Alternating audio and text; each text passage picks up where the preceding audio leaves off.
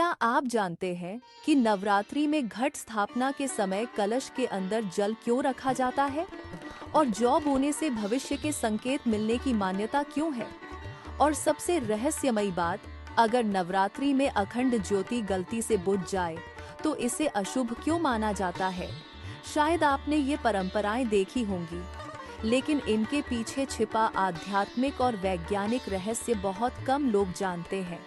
Radhe Radhe. Hello beautiful souls.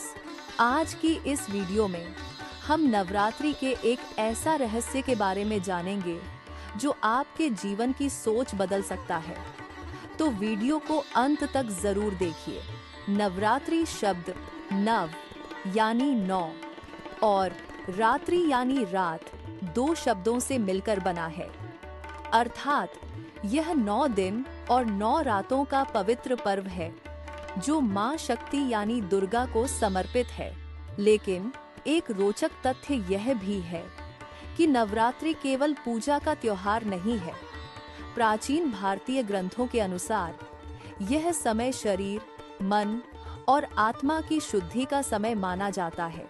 इसीलिए इन 9 दिनों में भक्त मां दुर्गा के 9 रूपों की पूजा करते हैं और अपनी ऊर्जा को शुद्ध करने का प्रयास करते हैं। अब जानते हैं नवरात्रि में क्या क्या किया जाता है।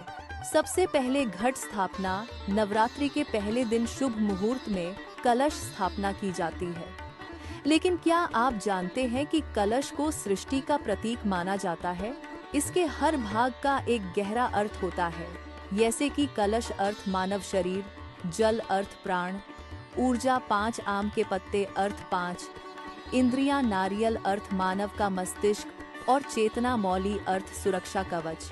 यानी जब हम कलश स्थापित करते हैं तो वास्तव में हम यह प्रार्थना करते हैं, हे माँ, मेरे घर और मेरे शरीर में अपनी दिव्य ऊर्जा का वास करिए।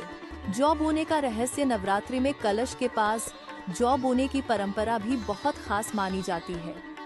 प्राचीन मान्यता के अनुसार जौ के अंकुर भविष्य के संकेत भी देते हैं।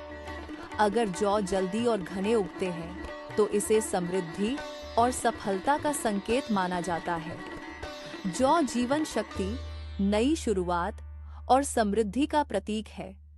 जैसे जैसे जौ अंकुरित होते हैं, ये हमें याद दिलाते हैं कि हमारे विचार और कर्म भी एक बीज की तरह होते हैं। जो हम बोते हैं वही भविष्य में हमारे जीवन में उगता है। अखंड ज्योति का रहस्य। नवरात्रि में कलश स्थापना के बाद अखंड ज्योति जलाई जाती है जो 9 दिनों तक लगातार जलती रहती है। अखंड का मतलब है बिना रुके और ज्योति का मतलब है प्रकाश।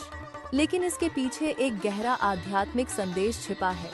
दीपक की लौ हमेशा ऊपर की ओर उठती है। यह हमें याद दिलाती है कि मनुष्य की आत्मा भी हमेशा उच्च चेतना की ओर बढ़नी चाहिए। जब अखंड ज्योति लगातार जलती रहती है तो यह हमें अनुशासन, जागरूकता और जिम्मेदारी जैसे जीवन का पाठ सिखाती है।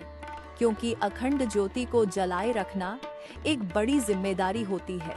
इसे कभी अकेला नहीं छोड़ा जाता।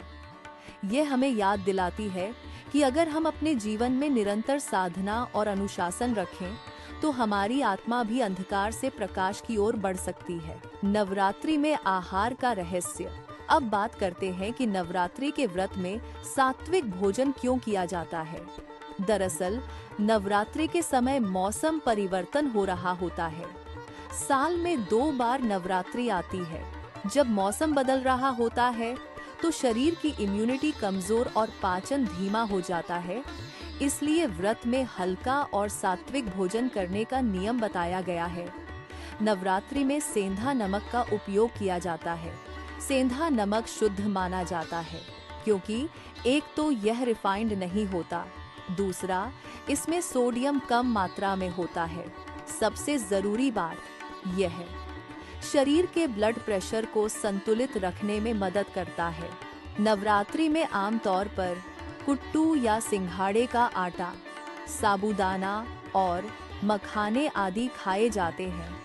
ये सभी चीजें ग्लूटेन फ्री होती हैं और शरीर को धीरे धीरे स्थिर ऊर्जा देती हैं। शास्त्रों में कहा गया है, जैसा अन्न वैसा मन। अगर हम शुद्ध और सात्विक भोजन करते हैं तो हमारे मन में भी शुद्ध विचार उत्पन्न होते हैं। नवरात्रि हमें यह सिखाते हैं कि जैसे जौ का बीज अंकुरित होता है और दीपक की लौ ऊपर उठती है, वैसे ही अगर हमारे विचार शुद्ध हों तो हमारा जीवन भी अंधकार से प्रकाश की ओर बढ़ सकता है। अगर आपको ये जानकारी अच्छी लगी हो तो वीडियो को लाइक, शेयर और सब्सक्राइब जरूर करें। जो भी लोग हमारे चैनल को इतना प्यार दे रहे हैं, उन सभी का दिल से धन्यवाद। May God bless you with lots of blessings and happiness. जय माता दी।